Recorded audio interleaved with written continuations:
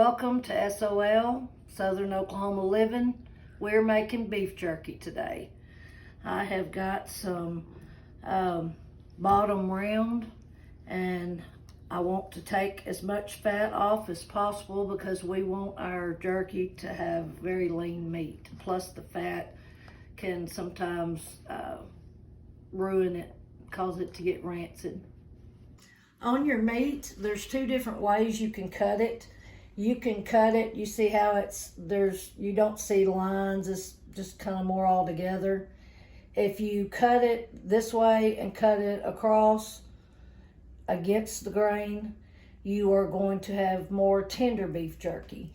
If you follow the lines that you see, if you follow those and go with the lines, you're gonna have more of your pull apart type jerky. So that's how I want mine.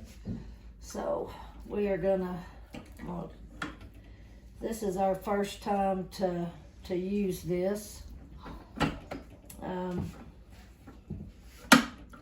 It was my son-in-law's, and we lost him in January.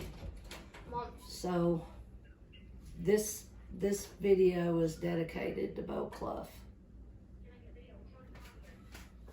I'm gonna turn it on now. And I've got it set on 3.5, which I feel like is about 1/8 of an inch. And I think that's gonna be about the perfect size.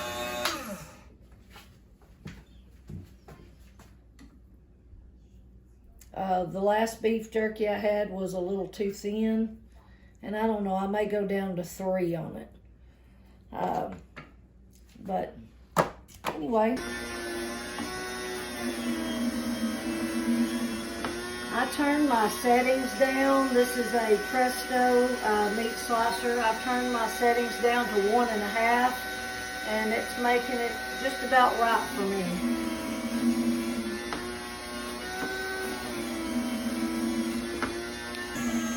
And on your meat, you want it to be partially frozen. That really helps it to cut a lot better.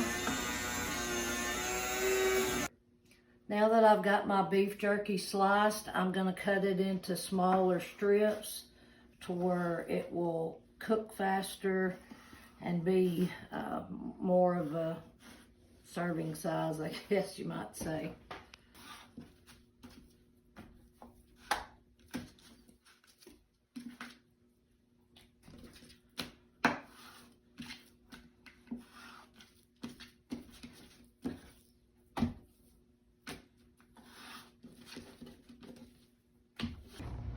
Okay, I am working on getting my ingredients for the marinade for the beef jerky. I'm going to chop up some onion. I would just have like a medium onion and chop it all up. You want at least 3/4 cup, but more will be okay. And I have some leftover green onions that I'm going to throw in this marinade too. It's not something you have to do, but I'm just going to throw it in there, a little extra flavor. I am mincing some garlic. You want at least 2.5 tablespoons or a few cloves. I'm using this neat little garlic press. It works pretty good. And sometimes I just chop it up real fine, but I want to get it chopped up fine and as much juice and flavoring as I can get. 3. Okay, we are going to make our marinade, and for this we're going to use 2.5 cups of soy sauce. And I personally love the La Choy. If you don't use the La Choy, I don't know what it'll taste like because I always use this right here. Then we're going to add 1/2 cup of vinegar, apple cider vinegar. Then we need a cup of pineapple juice. These are going to be all your wet ingredients. We need 1/4 cup of vegetable oil. We need 3 tablespoons of Worcestershire sauce. Worcestershire.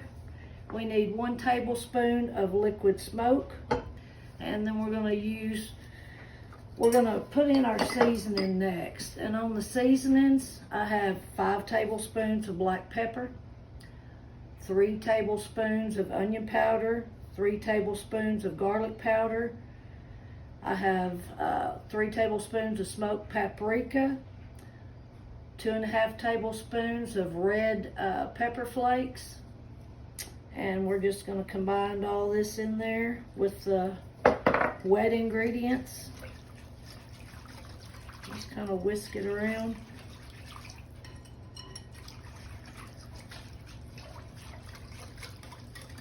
And then we're gonna add 2.5 cups of brown sugar.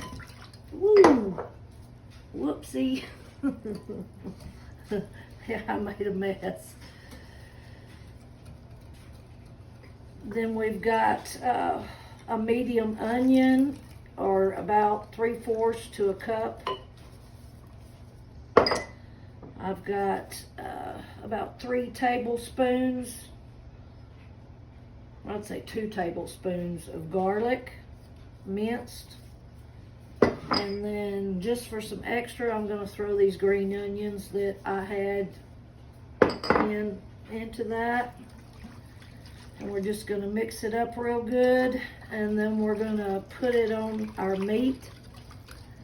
And when we put it on our meat, we want to make sure that we get it in. The slices sometimes stick together just like that, especially when they've been cold. You just want to make sure that you get all the seasonings incorporated good with the liquids.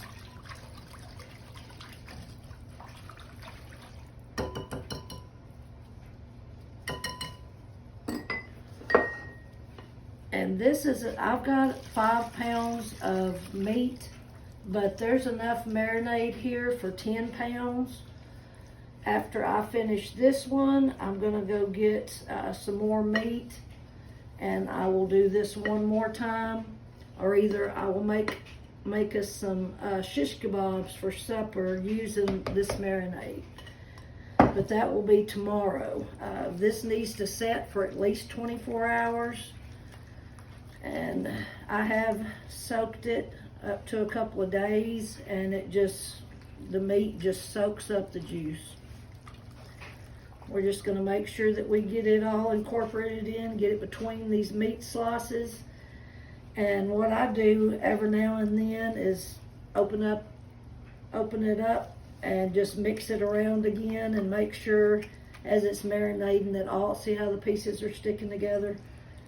Make sure that all the pieces are separated, and I like to just kind of mix it up every now and then, just kind of stir it up. And you just want to cover it and put it in your ice box, and in 24 hours we will be back to show you what to do next. Welcome to Southern Oklahoma living. Welcome back. It's been over 24 hours since I had my beef jerky soaking, and I have put it in a strainer, let most of the juice drain off, and now I'm going to put it on some paper towel. And I've got quite a bit of paper towel here, and I'm going to show you how we do it. We're just going to take it and put it on this paper towel. And you want to get as much extra juice off as you can. That way it will dry faster and it doesn't take away from the taste. So I'm going to continue spreading this out. And once I get it all spread out, basically what we do is just take extra paper towel, put on top of it, dry it, and then put it on the dehydrator. Once we get it all put on the dehydrator, I've got a Nesco dehydrator, and mine does not have any type of temperature setting. So I just turn it on and I'll start checking it, or after a couple of hours, I will start moving the trays around because it gets hotter closer to the top. And I'll just check it every 2 hours until it's done. They usually say it takes around 4. I say it takes probably 6 or longer. But I'll get back with you once I get it all on and when I go to check it the first time. Well, after about 5.5 hours, my beef jerky was ready to come out of the dehydrator. But since I don't have a temperature control on my dehydrator, you want your meat, your beef jerky, to at least be 165 degrees to kill off any bad bacteria. So what I did was I heated my oven up to 275 and I put it all in there for 10 minutes. And this is what my beef jerky is looking like.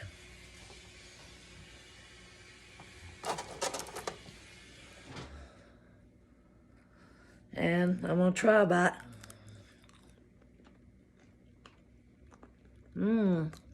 That's pretty good. My son-in-law's got dibs on this one. He ate the last batch I made last week, him and my granddaughter. So I hope y'all try this. I hope you like my Texokie beef jerky.